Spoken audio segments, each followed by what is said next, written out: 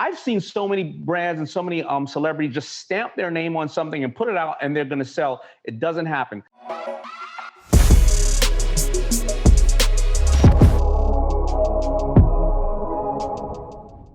Welcome back to TMZ Live. Kendall Jenner has made huge headlines this week. Maybe some of them not for the reasons she would like, but fact of the matter is her 818 tequila, apparently I had some before we started this segment, her 818 tequila, look, has won awards. It's doing well, but... And she's marketing this like crazy. Absolutely. So the question is, with the controversy this week, does it change her business plan? And also, what should her business plan also be? just generally, how do celebrities go from saying, I'd like to do a tequila, to making $1 billion? Well, what I find interesting is, what's the end game? How do you get out of it? Do you get out of it? I'm really interested in We this. are following the money, which means we're bringing in our buddy Daymond John from Shark Tank. Daymond, welcome back, man. How you doing? What's up, guys?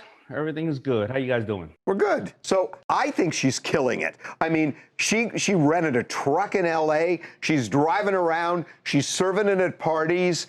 And what she's doing, she's building the brand. We're watching her build a brand from nothing into something really big. So how does it work? I mean, how does a celebrity go from an idea to something like this, where it comes to fruition and then make a fortune? Listen, you know what? We've talked about the Kardashians 2 separate times on Follow the Money. One was them moving from the show to own their own show. The next one is Kim at $1.4, $1.6 billion valuation. They are on brand. They are very focused businesswomen, and we want to follow the money right now. Listen, to break somebody's spending habit or buying habit of a liquor is very hard. Like, you want to break somebody off of your Grey Goose or whatever the case is, they can't taste it either, but they have to build this love and this passion that they want to try it. And she is tapping into her number one resource, herself.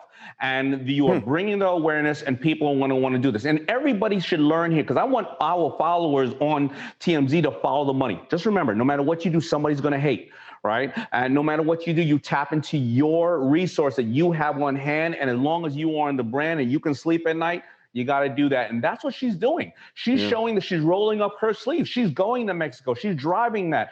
I've seen so many brands and so many celebrities just stamp their name on something and put it out and they're going to sell. It doesn't happen. And you've seen Clooney do this and Rock do this with tequila. Let's not talk about, appropriation, because a woman should be able to do the same thing a man should do. And she's building that brand, and she's going to follow through with it. That's why we're talking about her right now. Daymond, what's the plan when you start out? Like, say you're Kendall Jenner. What's your business plan? Is this a 3-year, 5-year? And what's your goal? Do you say that we're going to build this for 3 years, and then by the 4th year we start looking to sell it? How does that work? You should never look to open a brand and already think about your exit. What you should be doing is, and I'm sure she did this, this is why they are so successful. She probably was a tequila drinker for years and really enjoyed it, and said, this is something that I think I can get behind, because I can talk about it on my off time. I can talk about it on my on time. Let me get a great distributor. Let's come up with a campaign, because again, as we all know, there's 50 different liquor brands launched every year, and most of them don't work. And then she says, how can I over deliver to my customer? It's all about the end day. It's about the customer. When the big department stores didn't want me, I made sure that I over delivered to the stores in the hood. And those stores in the hood were the ones who were my biggest advocates. And that's what you do. You don't look at an exit. When you have somebody who only they're thinking about is an exit when they start, they usually never get the exit. That is so smart. That is so right on. It's interesting, Daymond, because I've always believed in this concept of look for a hole in the market and fill it. And when you look at the Kardashian family, they are steeped in beauty products. And the fact that she made a hard left into tequila and then kind of carved out her own area It's kind of brilliant. It is, and she probably said there's a younger generation who knows me because the older generation probably knows somebody else. The younger generation of young women, because of course, if you get women to drink something, it's going to be better. Why? Because the men are going to want to buy them drinks. They're going to communicate more about it. And she probably said, let me look at the younger generation who respects and values me. This is something that I love, and let's put it out there.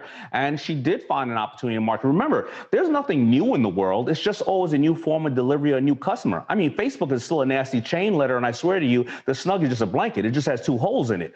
You have to find new customers.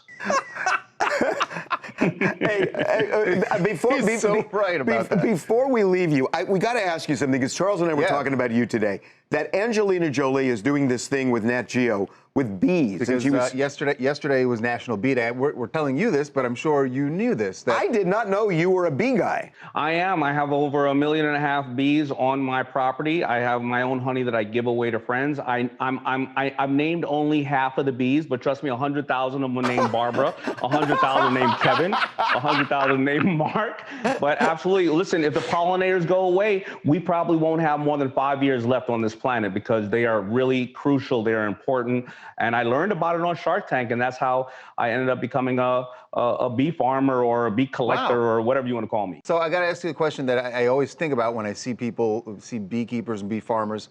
Like, how often do you get stung, or have you not been stung at all while doing your bee farming? I've never been stung, but I got to tell you, I'm kind of like a prissy bee farmer. I have the guy come and help me do everything, and I look outside and I look over the fence with a camera going, "You see me?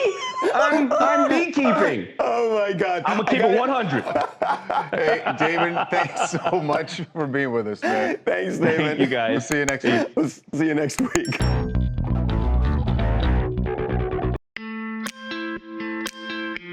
What's up? Now, it's the Shark Daymond John here, and if you're already here, I already know you're dedicated to bettering yourself and learning as much as you can. To learn even more, subscribe to my channel and make sure that you don't miss any of these valuable videos, and I will see you next time.